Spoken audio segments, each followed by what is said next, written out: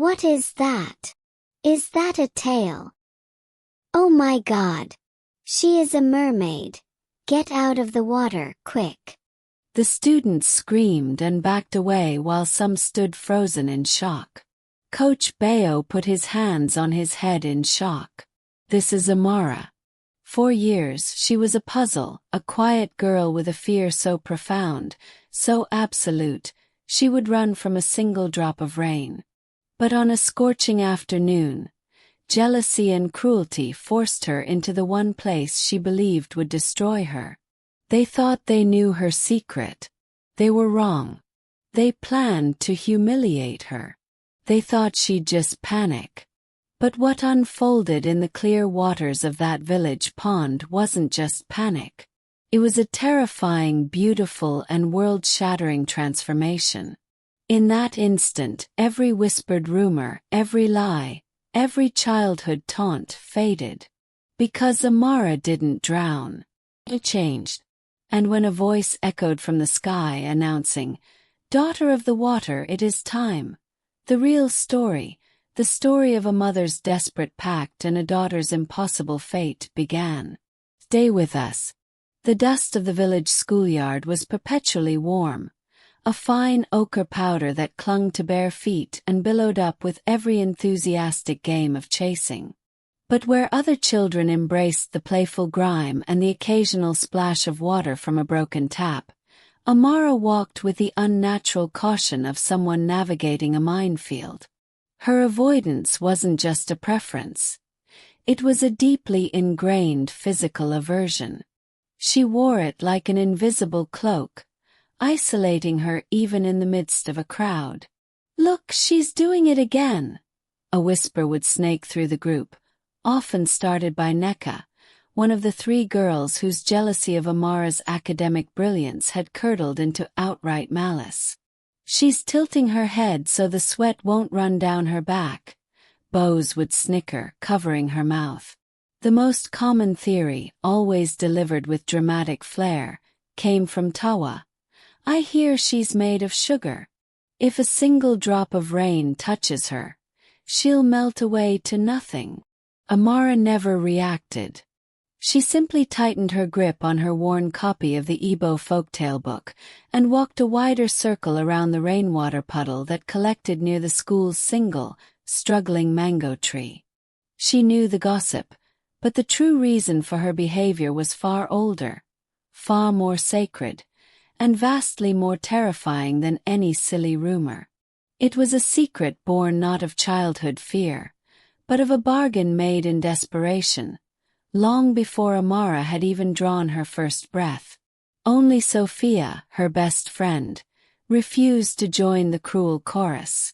Sophia was fiercely loyal, often confronting the bullies with a protective snarl, but even she carried a weight of unanswered questions about Amara's strange obsession.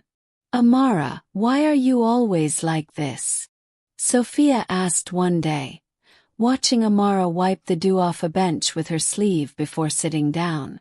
"The others are awful, but is it really just a fear of water?" Amara only offered a small, sad smile. "It's complicated, Sophia. It's more than a fear. It's a promise."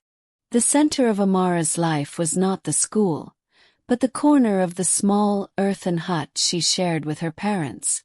It was here, in the dim, cool shelter of their home, that the daily ritual took place. In the corner stood a large, smooth clay pot. It wasn't used for cooking or storing food. It was dedicated solely to Amara's bath. The pot was always, without fail, covered with a pristine white cloth, tied securely by Mama Amara. The water inside, drawn from a specific distant spring and purified with herbs, was the only water Amara was permitted to touch. It was a tiny lifeline to humanity, meticulously guarded by her mother's vigilance. Mama Amara was a study in controlled anxiety. She shielded Amara with a ferocity the villagers didn't understand, her eyes constantly scanning the sky for rain clouds, her voice sharp if Amara strayed too close to the local stream. The villagers respected Mama Amara, but they whispered that her devotion to her child was bordering on madness. Amara, however, was not weak. She was brilliant, her mind sharp and quick-witted, the brightest student in their three-room school.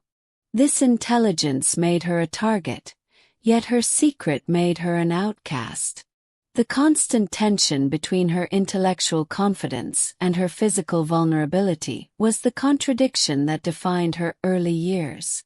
One humid evening, the smell of yam stew filling the air, 9-year-old Amara finally broke the silence that had surrounded the clay pot all her life. "Mama Baba," her voice was small, trembling like a leaf in the wind. Why do I always use the pot? Why can't I bathe in the stream like Sophia and the others?" Baba Amara put down his spoon. He and Mama Amara exchanged a deep, silent look, a conversation of years of worry passing between them. Mama Amara moved to the clay pot, her fingers tracing the knot of the white cloth as if drawing comfort from it.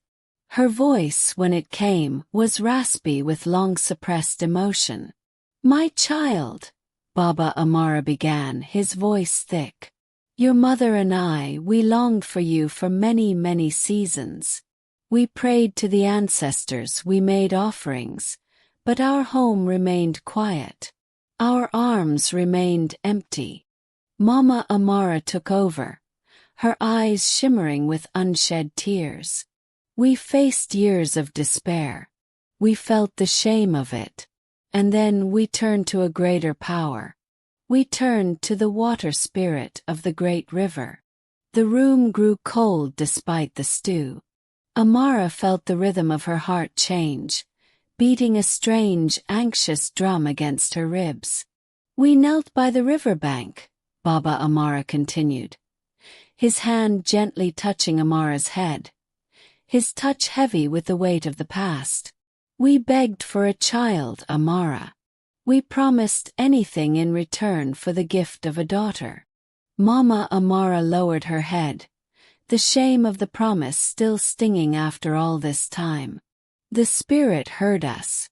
It gave us you, my precious child. You were our miracle. But the Spirit is ancient and its laws are absolute," Baba Amara finished, his voice a low, gravelly whisper. "You are not only ours, Amara. You are also the property of the water. They told us the day your body touches the natural water freely, the river, the stream, the rain, you will transform." Amara looked up, her mind trying to process the word. "Transform." "Yes," Mama Amara whispered, tears finally escaping. "You will transform into a mermaid. And you will have to leave us. You will be pulled away into the water spirit's world. The pact will be fulfilled." For days, the revelation swirled in Amara's mind. It felt like a fever dream, a fantastical tale too grand for their small, humble lives. She listened to the distant sound of the stream, no longer just a source of water, but a hungry, waiting entity. Then came a day of torrential rain. It began as a gentle patter, growing swiftly into a solid sheet of silver washing the world clean. Amara was alone in the hut, curled up with her book, when curiosity, a powerful, untamed emotion stronger than fear, tugged at her. She had to know. Was it a trick? Was it just a myth? With a deep, hesitant breath, she stretched her hand out, beyond the sheltering thatch of the hut's roof. A single, cool, pure drop of rain landed on her index finger. A gasp escaped her. It wasn't cold. It wasn't alarming. It was a strange, powerful tingling sensation, like 1,000 tiny needles coursing through her veins. Then her skin began to shimmer. An iridescent silvery glow spread rapidly upwards from her fingertip, turning her familiar brown skin into something ethereal and terrifying. A shriek of primal fear tore from her throat. Mama Amara, asleep in the other room, woke with a convulsive jolt. Her eyes, still heavy with sleep, instantly registered the unnatural hue of Amara's outstretched hand. In a flash of practiced panic-driven speed, she snatched a dry cloth, rubbing Amara's hand viciously, frantically, almost painfully, until the shimmer faded and her hand returned to its normal warmth. Amara stood there, hyperventilating, staring at the perfectly ordinary hand that had almost cost her everything. The fear was no longer a story. It was a tangible truth. Pact was real. From that day, a quiet obedience settled over Amara. The fear of water became absolute. The village school, for all its dusty floors and modest classrooms, was the crucible where Amara's brilliant mind and her terrible secret clashed. At the center of the playground, a natural spring fed a small, perfectly round swimming pond. It was a peculiar jewel, its clear, flowing water the very epicenter of childhood joy and Amara's terror. While others shrieked, making glorious splashes in the cool water, Amara would retreat to the shade of the mango tree, burying her nose in her books. Her refusal to join the simple pleasure of the water, combined with her undeniable academic brilliance, had fostered a toxic, simmering envy in three girls. Tawa, the ringleader, Bose, the giggler, and Neka, the cold-eyed observer. "She acts like her books are better than us," Tawa spat one afternoon, watching Amara from the edge of the pond. "And her mother with that silly clay pot," Bose said, shaking water from her braids. "She thinks she's royalty, bathing with special water." Neka, the quietest, offered the cruelest observation. "She doesn't just fear the water. She fears us seeing her fear. I think she's hiding something shameful." The trio often sought to undermine Amara, their petty taunts usually deflected by Sophia, whose loyalty was unwavering. But today the sun was hot, their boredom was deep, and their jealousy was a poisonous, heavy presence. "Look at her," Tawa muttered, a wicked gleam in her eyes. "Under the tree reading while we sweat. She thinks she's too good for us. Too clean. What if we showed her how clean we are?" Bose giggled, the idea taking root. Tawa smiled, a calculating, ugly expression. "No more games, no more words. We deal with her where she's weakest. We force her into her greatest fear. Let's see what the bright one does then." The idea was not about revenge. It was about cruelty. They wanted to expose her, humiliate her, and shatter her composure. They saw her fear as a simple, human weakness they could exploit. The attack was swift, silent, and entirely unexpected. Amara was so deeply engrossed in the complex words on the page that she never heard their approach. Strong, wet hands clamped down on her arms. She gasped, dropping the book, the dusty ground rushing up to meet her eyes. "No! Stop!" she cried, scrambling, the sudden, terrible shock making her mind blank. The memory of the shimmering skin, the electric sensation, flashed behind her eyes. Sophia, playing jump rope nearby, saw the wicked intent in Tawa's face and let out a frantic yell, sprinting toward them. But she was too far. Tawa and Bose were strong from years of village labor. They dragged Amara, struggling and crying out, across the dusty ground towards the pond, Neka watching with cold satisfaction. Final desperate shove. Amara's scream was cut short as she was launched into the air. She hit the clear, cool water of the pond. The world went silent. For a moment, there was only the shock of the temperature, the feel of the water enveloping her entire body. It was supposed to be a joke. It became a prophecy. Then the air above the pond seemed to crackle. The electric tingling from the rain drop returned 100-fold, rushing through every vein, every nerve ending. It wasn't painful, but it was a tidal wave of transformation. A brilliant flash of light erupted from the water, so intense it forced the children to cover their faces. The water didn't reject her. It claimed her. Amara looked down in stunned, horrified wonder as her solid human legs began to fuse together, the skin breaking into a million tiny, iridescent scales that changed from deep emerald to sapphire blue with every movement. A magnificent, powerful tail formed where her feet had been, glistening with the impossible beauty of the ocean depths. A primal, chilling scream escaped the throats of the terrified children gathered around the pond. The school coach, who had been supervising, stood utterly frozen, his mouth agape at the sight of the glowing mythical creature rising from the depths of the small village pond. Then a voice, clear, resonant, and ancient, echoed from the very air above them, not loud but utterly undeniable. "Daughter of the water, it is time." Amara, now a breathtaking mermaid, rose fully in the pond, her eyes wide with a mixture of awe and devastating sorrow. On the dusty bank, Sophia fell to her knees, tears streaming down her face, the only sound she could make a strangled, heartbroken wail. "Amara! Oh, Amara! I never knew this was why." The girl who feared the rain was gone. The tragedy had begun. The chaos around the pond dissolved into a tableau of stunned silence, broken only by the whimpering sobs of the children. Sophia, driven by a raw terror and loyalty, didn't stop to look. She ran, her lungs burning, her feet pounding the dusty path towards Amara's hut, the image of the shimmering scaled tail a horrible, urgent fuel. "Mama Amara! Mama Amara! It's Amara! You must come!"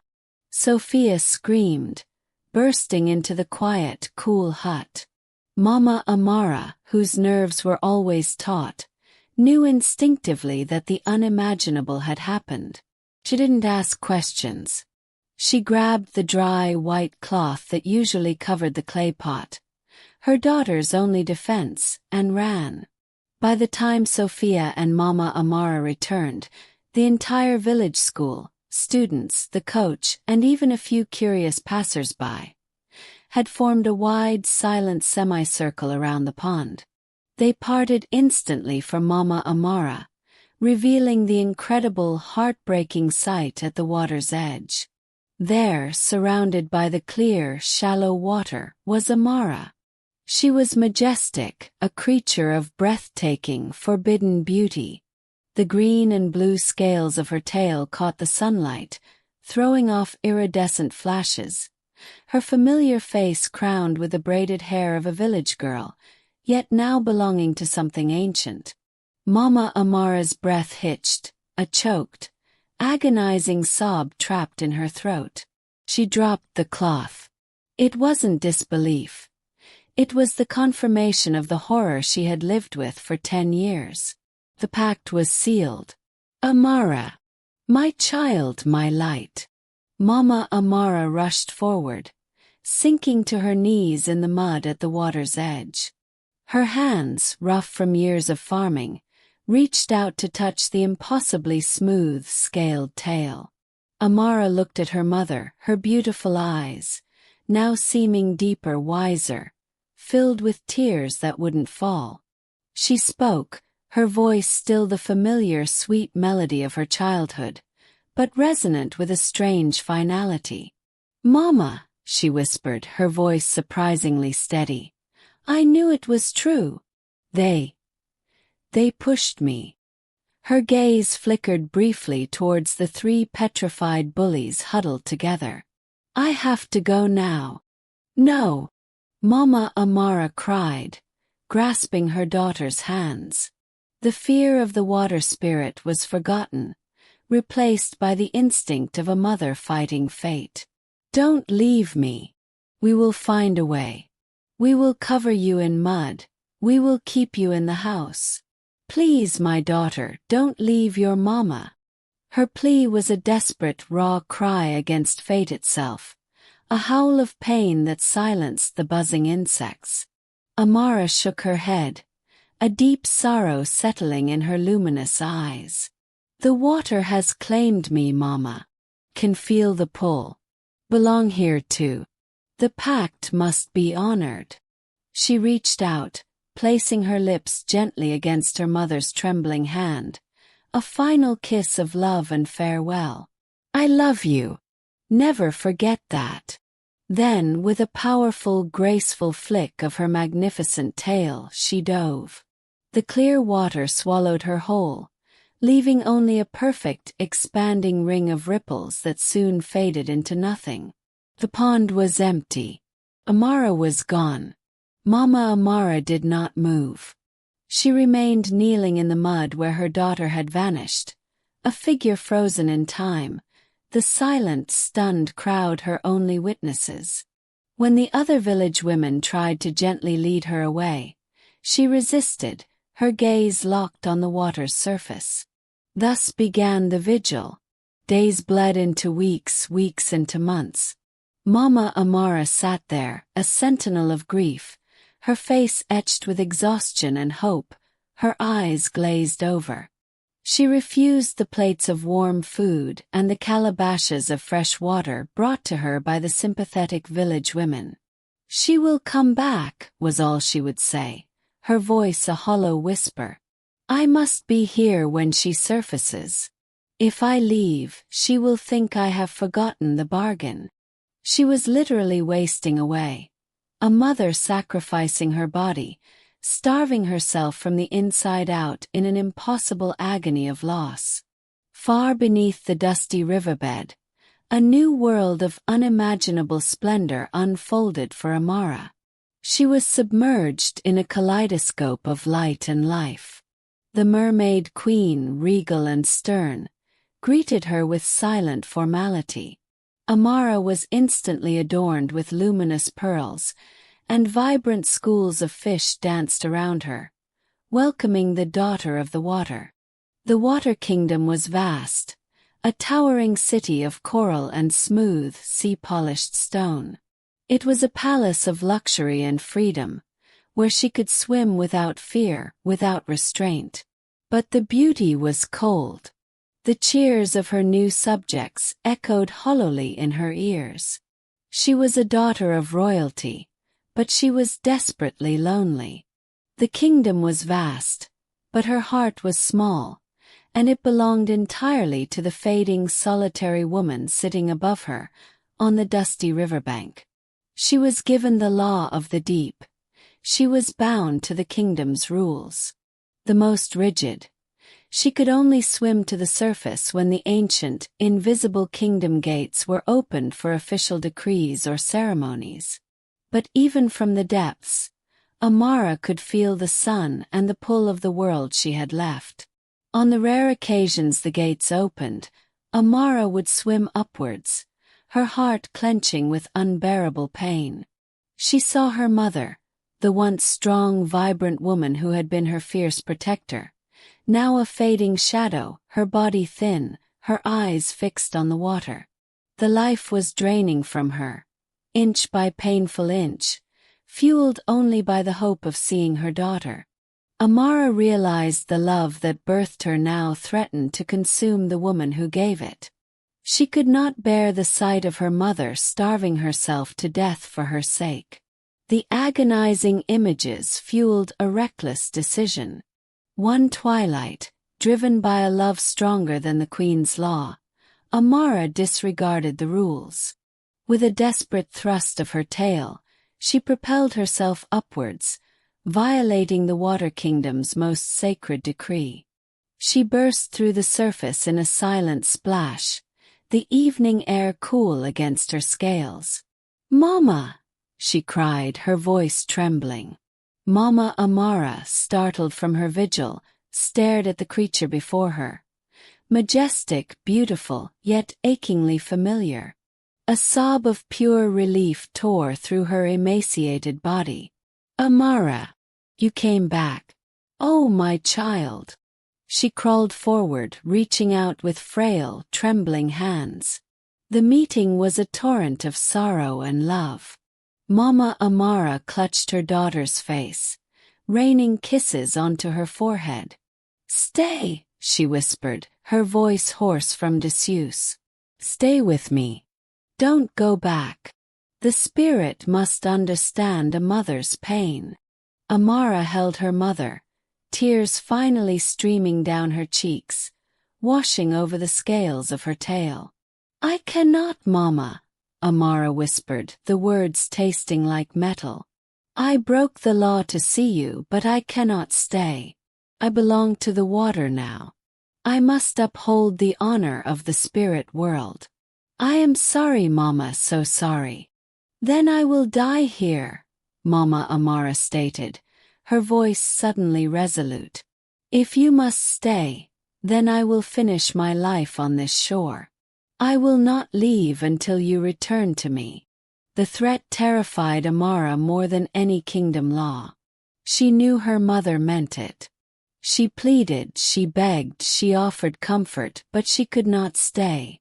With a final heart-shattering farewell, a vow of love and a promise of freedom, Amara slipped back into the water, leaving her mother with renewed hope, but a deeper, more devastating pain, a renewed vigil fueled by an impossible chance.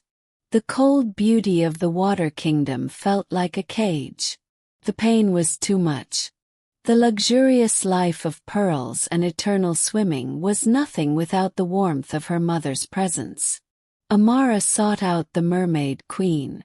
She found her on a throne of shimmering white coral, her expression regal and unreadable.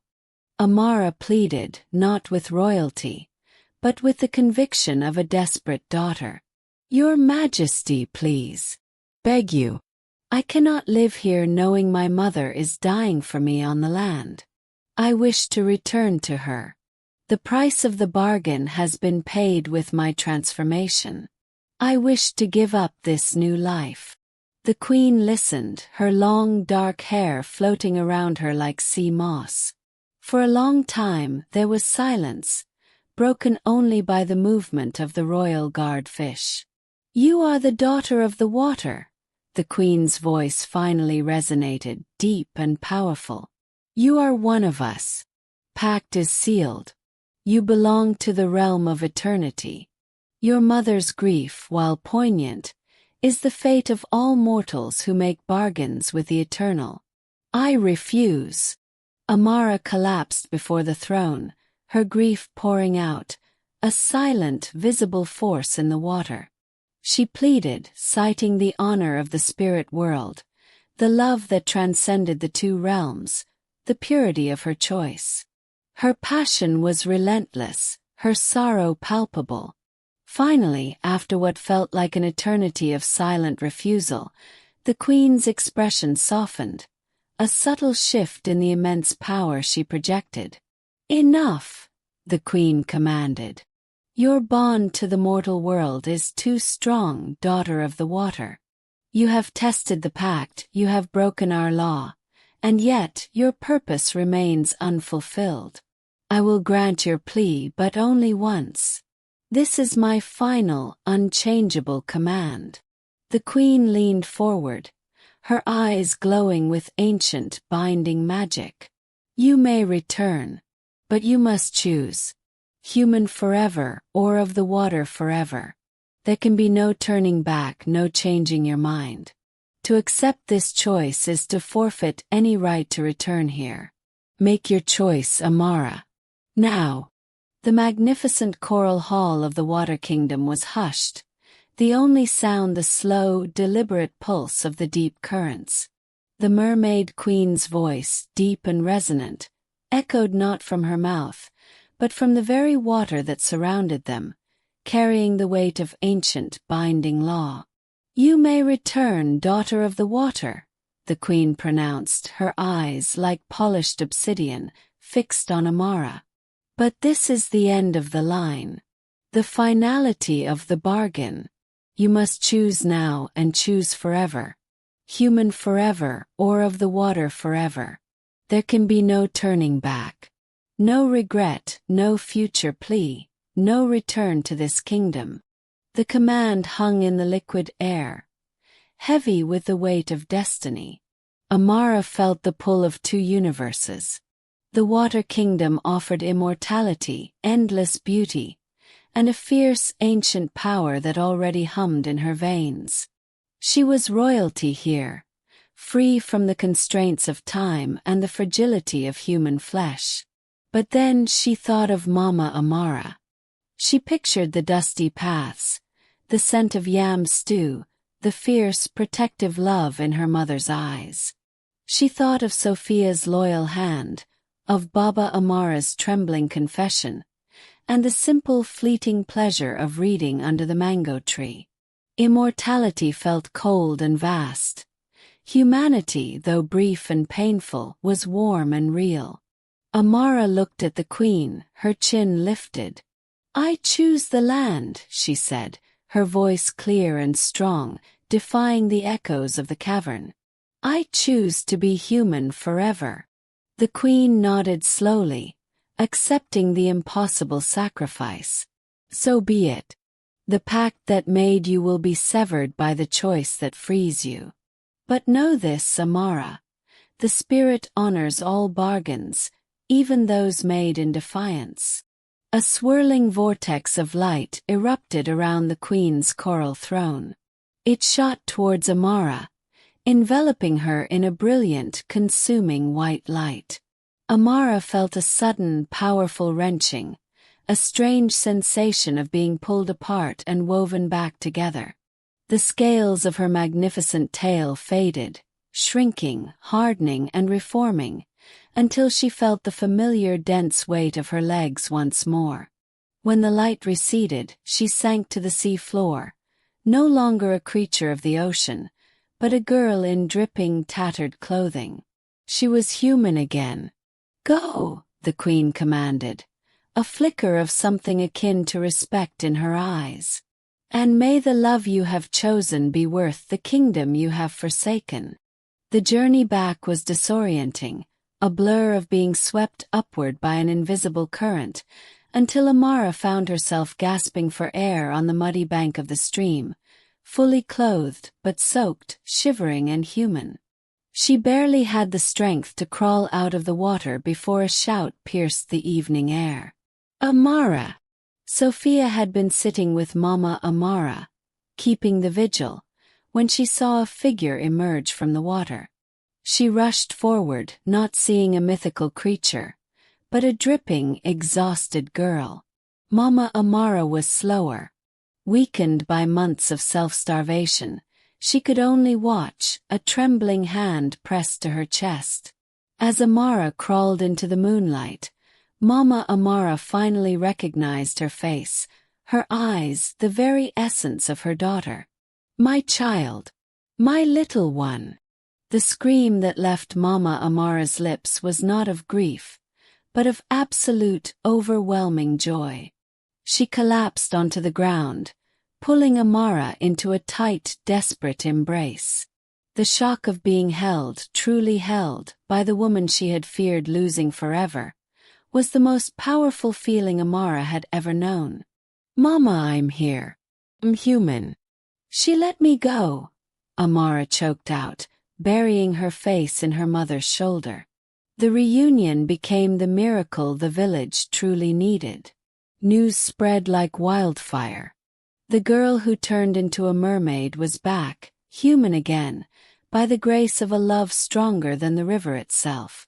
The village women came with food and songs. Mama Amara began to eat again, her strength slowly returning as the terrible anxiety that had consumed her lifted. Baba Amara, tears streaming down his face, held his daughter's hands and offered a quiet prayer of thanks, a prayer of acceptance to the water spirit. Life wonderfully began to return to normal.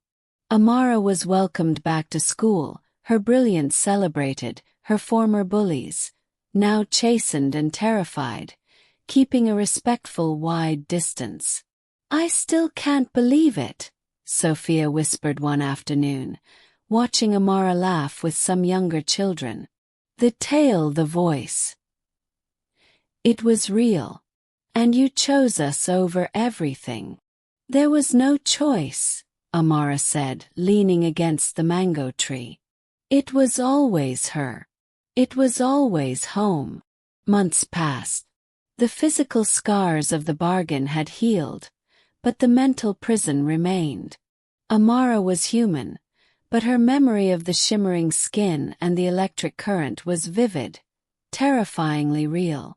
She was back in her routine, excelling in class, spending evenings with her parents, but she remained guarded. She still refused to walk near the stream. When the rain fell, she still flinched and retreated instantly. And in the corner of the hut, the large, smooth clay pot stood, still covered with a crisp white cloth. "Daughter," Mama Amara said one morning, watching Amara ladle water from the pot. "The Queen set you free. You are human. You can bathe at the stream with Sophia now. The water is waiting to welcome you." Amara paused, the ladle hovering over the basin. "I know, Mama. But what if the agreement only holds if I don't willingly walk into the water? What if it was a trick? What if the pact is just waiting for my guard to drop and I turn back? Can't risk it. Not when I finally have you." Her fear was perfectly logical. The Queen had given a command, but there had been no ceremony, no visible sign of the counterpact's permanence. For Amara, every drop of natural water was still a potential trigger, a reminder of the power that had once owned her. "You look well, Amara," Sophia observed later that week as they walked home. "But you're still not free, are you?" Amara shook her head sadly. "I feel like I'm walking on a thin wire, Sophia.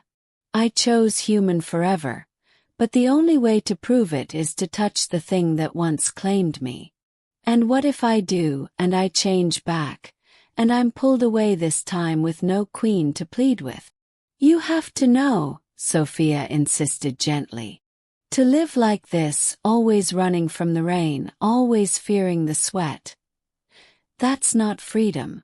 That's still the spirit's power over you." Sophia was right.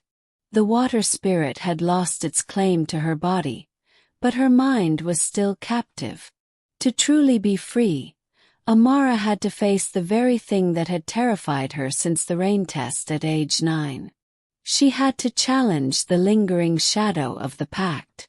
The next day, Amara walked alone. She didn't head to the school or the market. She walked towards the stream, the source of the clear water that fed the village pond. The sun was high, baking the earth, and the water flowed gently, cool and clear over river stones. The sound of the gurgling water, once a siren song of terror, now seemed to whisper a challenge. Her heart pounded, a frantic drum against her ribs. Every step felt heavier than the last. She remembered the fierce, electric chill of the first raindrop, the agony of the tail forming in the pond. She closed her eyes, remembering her mother's frail, tear-stained face, and the immense love that had compelled her to abandon a kingdom. She reached the bank and knelt, her hands trembling. The water looked innocent, reflecting the azure sky. She reached out, her hand hovering just above the surface. A silent prayer formed in her mind. "I chose. Am human." With a shuddering breath, Amara dipped her hand into the cool, running water. She waited. 1 second. 2 seconds. 3. She felt the cool embrace of the water, the slick smoothness of the stone beneath her fingers. She felt the current, the simple, elemental flow of nature.